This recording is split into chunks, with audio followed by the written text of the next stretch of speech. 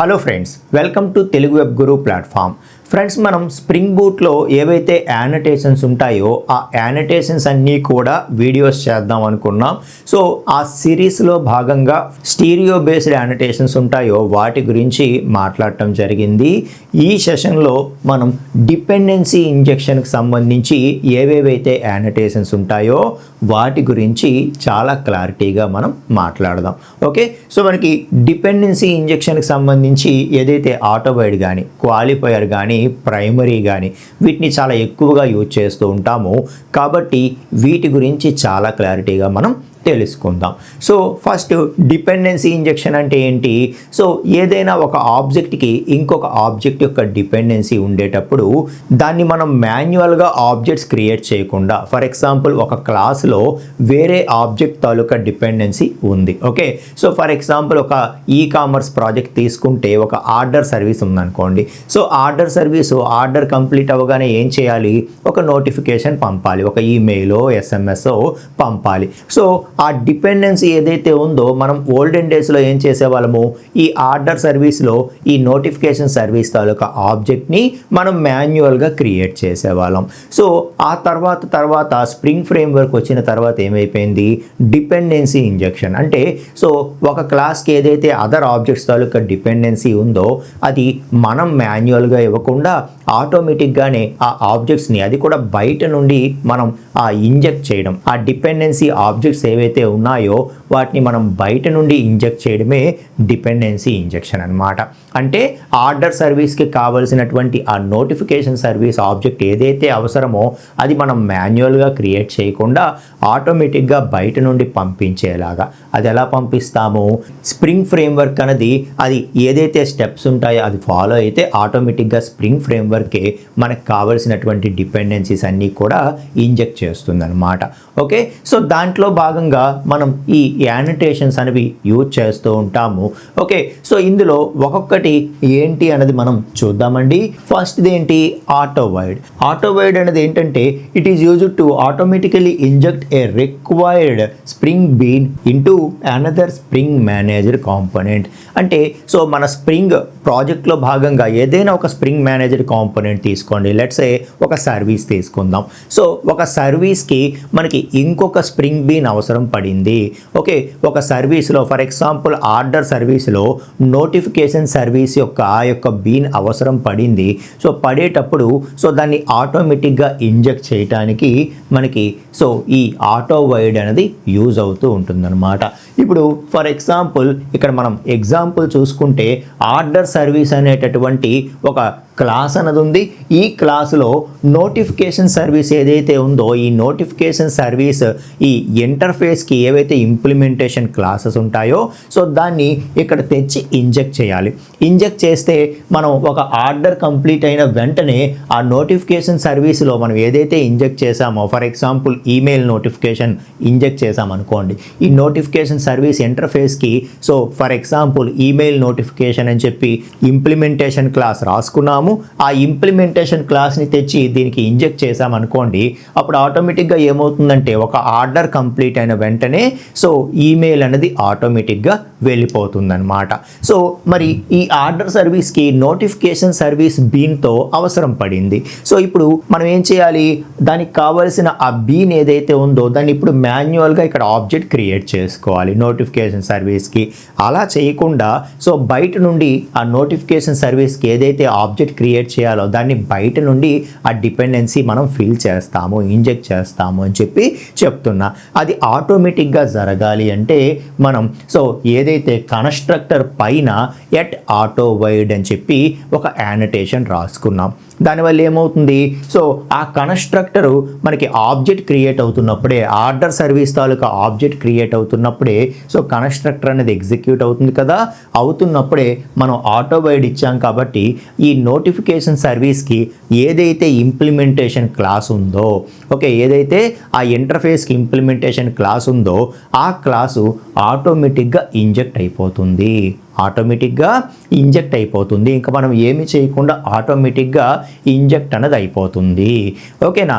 So అయితే ఈ notification service అనేటటువంటి ఇంటర్ఫేస్ ఏదైతే ఉందో దానికి ఒక ఇంప్లిమెంటేషన్ క్లాస్ అనేది ఉండాలి. For example email notification implements notification service. So ఇలా మనకి ఒక ఇంప్లిమెంటేషన్ క్లాస్ అనేది ఉంటే సో దాన్ని ఆటోమేటిక్గా తెచ్చి ఇంజెక్ట్ చేసుకుంటుంది అని చెప్పి చెప్తున్నాను అనమాట. అయితే ఇక్కడ మనకి ఈ ఆటో వైరింగ్ ఈ ఇంజెక్షన్ అనేది మనం కన్స్ట్రక్టర్ పైన రాసాం కాబట్టి ఇది కన్స్ట్రక్టర్ ఇంజెక్షన్ అవుతుంది. లేదంటే మనం సెటర్ మెథడ్ రాసుకొని సెటర్ మెథడ్ పైన కూడా మనం ఆటో వైడ్ రాయొచ్చు. సో లేదు అనుకుంటే ఈ ఫీల్డ్ పైన కూడా మనం ఆటో వైడ్ రాయొచ్చు. ఓకే, సో ఫీల్డ్ ఇంజెక్షన్ చేయొచ్చు, లేకపోతే సెటర్ ఇంజెక్షన్ చేయొచ్చు, లేదంటే కన్స్ట్రక్టర్ ఇంజెక్షన్ చేయొచ్చు. ఇవన్నీ కూడా మన స్ప్రింగ్ క్లాస్లో చాలా డీటెయిల్డ్గా ఎగ్జాంపుల్స్తో పాటే మనం ఎక్స్ప్లెయిన్ చేయడం జరిగింది. ఒకసారి ప్లేలిస్ట్లో మీరు చూడండి, స్ప్రింగ్ బూట్ కోర్స్ ఫాలో అవ్వండి. స్ప్రింగ్ ఫ్రేమ్వర్క్ బేసిక్స్ నుండి spring boot advanced micro services rest API వరకు ఎవ్రీథింగ్ కూడా మనం కవర్ చేసాం. ఓకే, సో జస్ట్ ఇంటర్వ్యూ పర్పస్లో ఇప్పుడు ఒక సమ్మరీ లాగా ఇప్పుడు మాట్లాడుతున్నాం అంతే. Okay, right. సో అయితే నోటిఫికేషన్ సర్వీస్కి ఇంప్లిమెంటేషన్ క్లాస్ ఏదైతే ఉంటుందో దాన్ని ఆటోమేటిక్గా ఇంజెక్ట్ చేసుకుంటుంది అని చెప్పి చెప్తున్నా. అయితే ఇక్కడ ఒక చిన్న ప్రాబ్లం ఉంది. నోటిఫికేషన్ సర్వీస్కి ఒకే ఒక్క ఇంప్లిమెంటేషన్ క్లాస్ ఉందనుకోండి, ఒకే ఒక్క ఇంప్లిమెంటేషన్ క్లాస్ ఉంటే ఇక్కడ ఎటువంటి కన్ఫ్యూజన్ కూడా ఉండదన్నమాట. దాన్నే తెచ్చి ఆటోమేటిక్గా ఇక్కడ ఇంజెక్ట్ చేసేస్తుంది. ఫర్ ఎగ్జాంపుల్ ఈమెయిల్ నోటిఫికేషన్ ఒకటే ఉంది, అప్పుడు ఆటోమేటిక్గా ఇంజెక్ట్ అయిపోతుంది. అలా కాకుండా ఈ నోటిఫికేషన్ సర్వీస్కి 2 ఇంప్లిమెంటేషన్ క్లాసెస్ ఉన్నాయనుకోండి, ఒకటి ఈమెయిల్ నోటిఫికేషన్స్, ఇంకోటి ఎస్ఎంఎస్ నోటిఫికేషన్స్. సో ఒకటి కంటే ఎక్కువ ఇంప్లిమెంటేషన్స్ ఉన్నప్పుడు మరి దీనికి ఏ ఆబ్జెక్ట్ని, ఈమెయిల్ నోటిఫికేషన్ తాలూకా ఆబ్జెక్ట్ని ఇంజెక్ట్ చేయాలా, ఎస్ఎంఎస్ నోటిఫికేషన్ తాలూకా ఆబ్జెక్ట్ని ఇంజెక్ట్ చేయాలా, దేన్ని పంపించాలి అనే దగ్గర మనకి ఆ రిమైనింగ్ 2 ఉన్నాయి కదా, ఏదైతే మనం క్వాలిఫైయర్ అంటామో అలాగే సో ప్రైమరీ అంటాం, ఆ 2 కూడా మనకి అక్కడ యూజ్ అవుతాయి అన్నమాట. ఓకే, సో నెక్స్ట్ మనం క్వాలిఫైయర్ గురించి చూసుకుంటే స్పెసిఫిక్గా నాకు ఇది కావాలి అని చెప్పి మనం సెలెక్ట్ చేసుకోవడం ఏదైతే ఉందో సో అది క్వాలిఫైయర్ ద్వారా మనం చేసుకుంటాం అన్నమాట. Okay, it is used to select a specific bean when multiple beans of the same type are available. So same టైప్లో మనకి మల్టిపుల్ బీన్స్, మల్టిపుల్ ఇంప్లిమెంటేషన్స్ ఉంటే నోటిఫికేషన్ సర్వీస్కి సో 2 ఇంప్లిమెంటేషన్స్ ఉన్నాయి.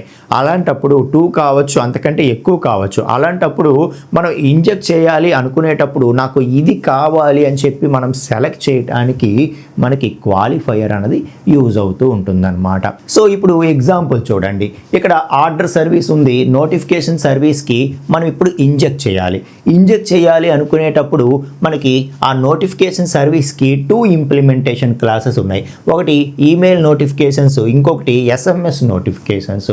సో ఇలాంటప్పుడు మనం ఈమెయిల్ నోటిఫికేషన్ ఇక్కడ ఇంజెక్ట్ చేయాలా, లేకపోతే ఎస్ఎంఎస్ నోటిఫికేషన్ ఇక్కడ ఇంజెక్ట్ చేయాలా అంటే అప్పుడు మనం ఏం చేస్తాము, సో ఆ ఇంజెక్ట్ చేసే దగ్గర సో ముందర క్వాలిఫైయర్ అని చెప్పి మనకి ఏది కావాలో అది రాసుకుంటాం. సో ప్రతిదానికి కూడా నేమింగ్ ఇచ్చాం కదా, కాబట్టి SMS service qualifier SMS service అని ఎప్పుడైతే అంటున్నామో ఆటోమేటిక్గా స్ప్రింగ్ ఫ్రేమ్వర్క్ అనేది ఆ ఇంజెక్షన్ చేసేటప్పుడు ఏం చేస్తుందంటే సో దేనికైతే ఎస్ఎంఎస్ సర్వీస్ అనేటటువంటి నేమ్తో ఒక సర్వీస్ ఉందో దాన్ని తెచ్చి ఇంజెక్ట్ చేస్తుంది అన్నమాట.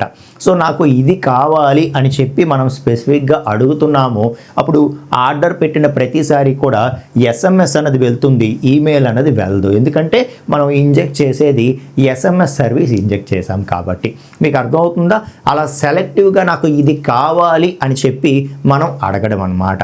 ఓకే, సో ఫర్ ఎగ్జాంపుల్ మనకి మల్టిపుల్ బ్యాంక్ అకౌంట్స్ ఫోన్పేలో యాడ్ చేసుకుంటాం మనం. సో ఎప్పుడైతే మనం ట్రాన్స్ఫర్ చేస్తున్నామో మనీ, అప్పుడు ఏదో ఒక అకౌంట్ సెలెక్ట్ చేసుకోమని చెప్తుంది. సో మల్టిపుల్ అకౌంట్స్ ఉన్నాయి, ఇందులో ఏదో ఒకటి సెలెక్ట్ చేసుకో, దాని నుండి అమౌంట్ సెండ్ చేస్తాను ఆర్ అమౌంట్ పే చేస్తాను అని చెప్పి చెప్తుంది కదా.